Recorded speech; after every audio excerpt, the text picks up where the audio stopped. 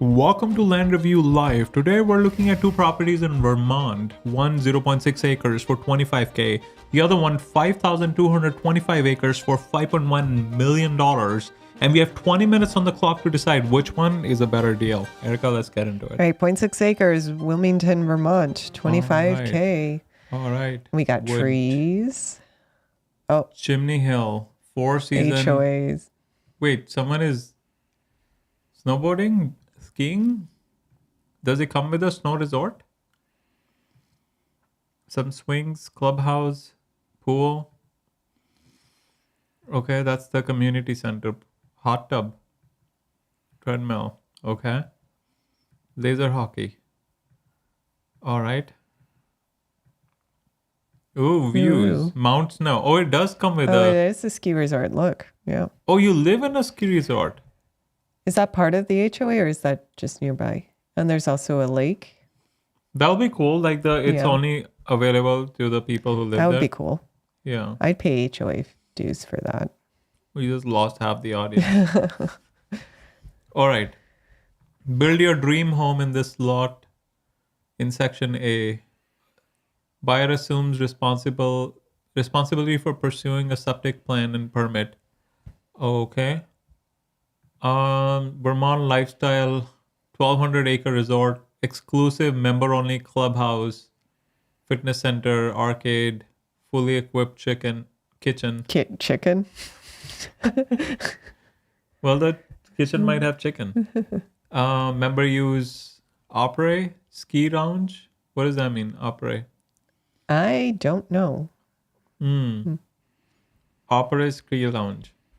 Juniper, what does opera ski lounge mean? Après ski is French for after skiing. So an Oh. après Yeah. ski lounge is basically a cozy spot to relax, socialize, and often grab a drink after you've been out skiing. It's all about unwinding and fun after the slopes. Okay. World class Vale Mount Snow Resort. Oh, is it nearby? Yeah, it's nearby. Or private hermitage club. Few minutes drive. Okay, you can do boating, hiking, concerts, flea markets, yoga, music, not to leave out, fine dining, shopping. Ooh, artisanal cheese. All right. Tubing, kayaking, and so much more. All right.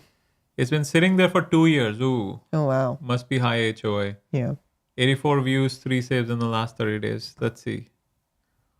Everyone wants to know now how much the HOA is. We are, right on the border for New York. Border of New York is right there. There's the ski. Okay. How much is the HOA? There are homes. Looks like plenty of homes. Homes are going for 300K. Oh, Oh, 1.1 million. What's the 1.1 million? Can we go there? Let's go. Wait, why am I not seeing it? Where is it? Go minus. Yeah, 1.1 million.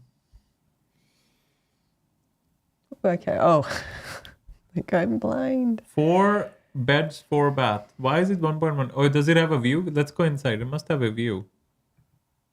Yeah, why is it so much more expensive? Unless, well, all the others are off market, so maybe values have gone up recently. Oh, it's newly done. Oh, it's a brand new house. That's why. Oh, yeah. Yeah. They're doing virtual staging. It looks like a nice house. Okay. All right. So the houses are kind of expensive. 300K. What about the 300K house? Can we look at that? There's nothing. No, it's off market. That's why they're not showing. You got to look at something on market. 675K. Oh, look at that. Go inside. They're all nice houses. Yeah. Okay. All right. Let's see how much the HOA is. So HOA is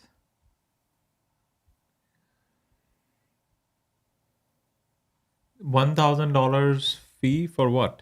Is that the HOA fee? Or is that the... Didn't say up here. Let's look at another listing.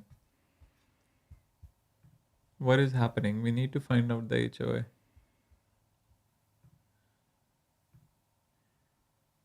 HOA. Oh, they did. That must be the same. Must be the same realtor. Or maybe it's oh, hard it's to... the same. It's also 25K. Maybe it's... Look at the 675. They have to list it.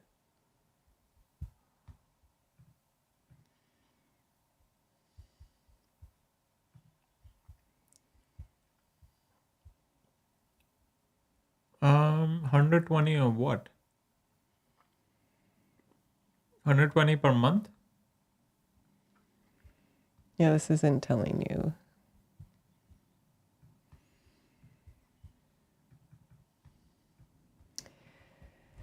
Yeah, let's look at we this. Huh? We spend like half the time just looking for HOA fees. I think it might be around $1,000. That's what it's saying. Yeah, none of these are. Okay, all right, What fine. they do. Okay. All right, let's keep moving. Let's keep moving. I will assume it's around $1,000. It says $1,000 Yeah. for the year, so we'll assume. Okay. Also, they're listed for $25K for. No, they haven't budged. They're like, yeah, take it. We can hold it forever. They're not. Yeah. We're gonna take advantage of the HOA amenities. Yeah. While you ponder whether you're gonna buy or not. Okay, fine. All right. Access. What kind of access is there? Oh, it does have. It's all maintained. All right, fine. There are other houses also, other land also listed for. Mm-hmm. Okay. There were a couple listed for 25K. All right, fine. Which county is it? Yeah. Let's so people know. So this is Wyndham. So the land score. So location is good, banger. Right? Yep. Access seems pretty reasonable. Utilities, what did it say? I think it's just electricity. You checked? Yeah, well, it's definitely septic, and it said none for others. So Natural value, I mean, it's wooded. Development, yeah, that will have to research, right? Mm-hmm. But the houses are expensive, so even if it's expensive, you know, a new build in this area looks like it has a lot of money. All right, so the land score is 7 out of 10. I actually like this one, even with the HOA. It's because of the location, or yeah, I mean, there's a lot going on. If you're into the outdoor lifestyle, there's a lot to do. Looks like homes. Well, if you're into indoor lifestyle, then you can live anywhere. But yes, that's true. Right? But, you can move to Alaska. Yeah. If you're indoor all day. Or you can move to Minnesota where everything is connected indoor. You want to move to that town in Alaska where everything's in one building? Yeah. Why not? What does it matter? Do they have a gym in that building? Is it the entire town's in one building? So there must be. It would be ironical if they had an outdoor gym. All right. So the next property, 5,225 acres for $5.1 million, East Haven, Vermont. All right. 5,000 acres. You could build. How much was Manhattan again? Wasn't 14? Yeah. You could build a city in here. Multiple cities. Lots of trees. Ooh, the Jeep comes with it? Trail maintained and groomed by Newark Easy Riders Snowmobile Club. It's a pretty area. Vermont is beautiful. Yeah, very colorful. Yeah. I wanted to go back. It was... Yeah. I mean, if it's all indoor. You used to love snowboarding. All right. Now I love business boarding. Okay. So this is Star Mountain, attractive Vermont timberland ownership offering. That's timberland, yeah. Exceptional natural capital investment, forest land stewardship opportunity. Rolling green hills. Okay. Extensive history of professional and sustainable forest management. Quality mid rotational hardware resource. Okay. What is 4.7 MBF?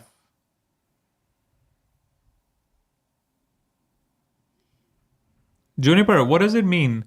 Million board 2025 timber inventory shows a forest carrying 4.7 MBF of saw timber. What does that mean?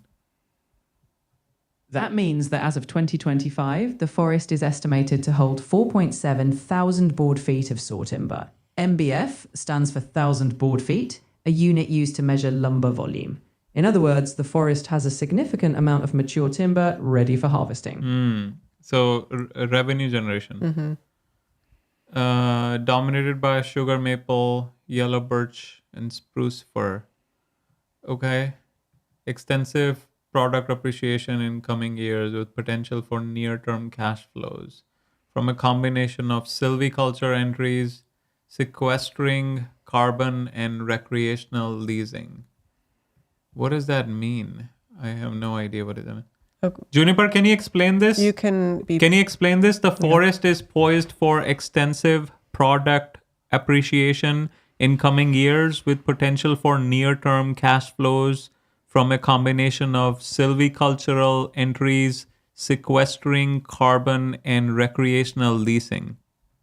Sure, that basically means the forest is expected to increase in value over time. In the near future, it could generate income in a few ways: by selectively harvesting timber, that's the silvicultural entries, by earning credits for capturing carbon, and by leasing parts of the land for recreational activities like hunting or hiking. They could have dumbed it down a little bit. Like, how is everyone? Yeah, I mean, I'm also assuming that this is obviously a property that's being positioned for someone who would know how to manage a timberland, so they're already going to be familiar with a lot of these terms. I mean, I don't know. They're still making a lot of assumptions. Juniper, what is earning credits for capturing carbon? How do you capture carbon? By planting trees. Earning credits for capturing carbon, often called carbon sequestration, means pulling carbon dioxide out of the atmosphere and storing it. Forests do this naturally, as trees absorb CO2 as they grow. Landowners or companies can get carbon credits for maintaining or expanding these carbon storing activities, and they can sell these credits to others looking to offset their emissions. Oh, selling as in like, but if there's already trees on the property, isn't it taking away from what already exists? As in if you harvest the trees? No, I'm saying the carbon. So it's like wetland credits, right? Basically, you destroy a wetland on the property so you can build a house, but you need to create another wetland someplace else. So doesn't the carbon sequestering work like that, where you're taking away trees from a property, but you need to plant new trees someplace else? It's not like tree to tree. It'd be like if you're a coal plant and you're releasing a bunch of emissions, you can pay like someone who's planting trees to give you credit for the carbon the trees are taking out. If the trees are already planted, that's not net positive. Okay.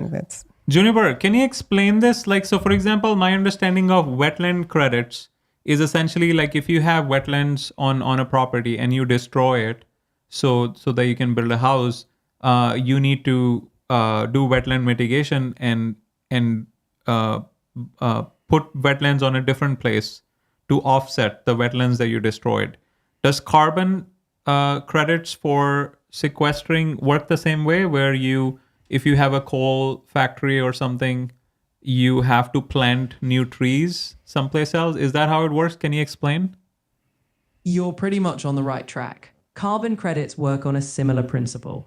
If a business, like a factory, emits carbon, it can offset that by buying credits. These credits come from projects that remove or reduce carbon elsewhere, like protecting or planting forests, restoring wetlands, or capturing carbon in soils. But I think Essentially, the credits represent an amount of carbon kept out of the atmosphere, balancing out emissions from elsewhere. I So think that protecting.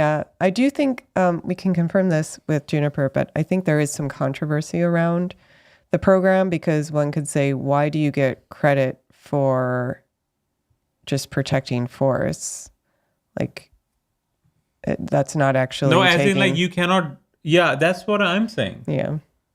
It should be net zero, right? As in, yeah, you should do a new activity to bring Yeah. more. Okay. I mean, I guess they say, well, it's something. Yeah. Well, I think the other argument would be you give people credit for not tearing down the forest, essentially, because that would. Yeah. But then you're saying, well, you're double counting. You're getting credit for not tearing down the forest and releasing that carbon, and then someone else is Yeah, getting it should be credit. net zero. Yeah, okay. The property benefits from good access to regional pulpwood and saw timber markets and is enrollment in Vermont's use value appraisal tax program. Star Mountain presents a rare opportunity to acquire a large Vermont property in a single contiguous footprint situated in the heart of Vermont's Northeast Kingdom. 188 days on Zillow, 1,096 views and 79 saves. Okay. Actually, one question I have. So if it has a capacity of 4.7 MBF for timber, what does that mean in terms of potential revenue numbers? Because that's how you. Juniper, if the forest is carrying 4.7 MBF of saw timber in Vermont, how does that translate into potential revenue? The revenue depends on market prices, which can vary, but let's break it down. 1,000 board feet of saw timber, depending on quality and species, might range from a few hundred to over $1,000. If you have 4.7 MBF, which is 4,700 board feet, and let's say the price is about $300 per MBF, that would be roughly $1,410. If it's higher, like 500 per MBF, you might be looking at 2,350. Basically, you multiply the board feet by the going rate for a ballpark figure. So do the multiplication. Give us the dollar amount. All right, let's pick a mid-range example. If we say $400 per MBF, then 4.7 MBF times 400 equals $1,880. So in that scenario, the saw timber could bring in about $1,880. That's Wait, it? that doesn't sound. That doesn't sound right at all. Something. Yeah.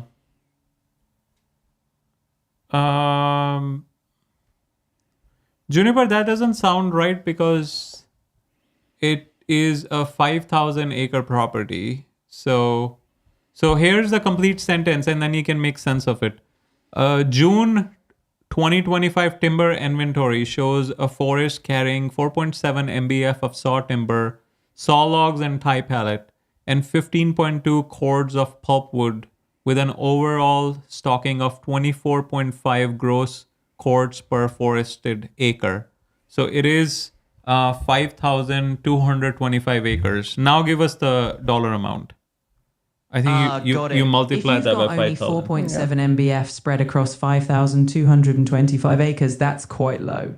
But let's price it out. If saw timber is around $400 per MBF, then 4.7 MBF times 400 is still about $1,880.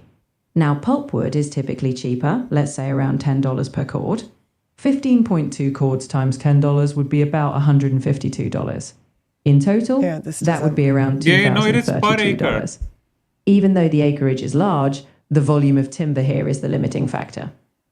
Juniper, is it possible they're saying it's per acre, so 4.7 MBF per acre, so we have to multiply 4.7 times 5225 times 400, and that will be the dollar amount? Yes, exactly. If that 4.7 MBF is per acre, that changes everything. Multiplying 4.7 MBF by 5,225 acres gives you about 24,558 MBF total. Now at $400 per MBF, that's about 9,823,200. So yes, that's a lot of potential revenue if it's per acre. Do you think that sounds right? Yeah, that sounds. Although it is a $5 million property. But you're not going to deforest the whole property. Well, right? but you also so that's why they're making the point of sustainable forestry. That's not a one-time draw, right? It's over the years. It's over the years. You'll also reforest it, so you'll get it again. I mean, it'll take a long time, but okay, yeah. all right. So like 20 years to replenish. Okay, all right. Let's keep moving. We're out of time. Let's. I don't think there'll be any comps, but yeah, we can look. But we can look at. Yeah, it's a huge property. It's like a city, multiple cities. I mean, it's a forest. Yeah, forest city. All right.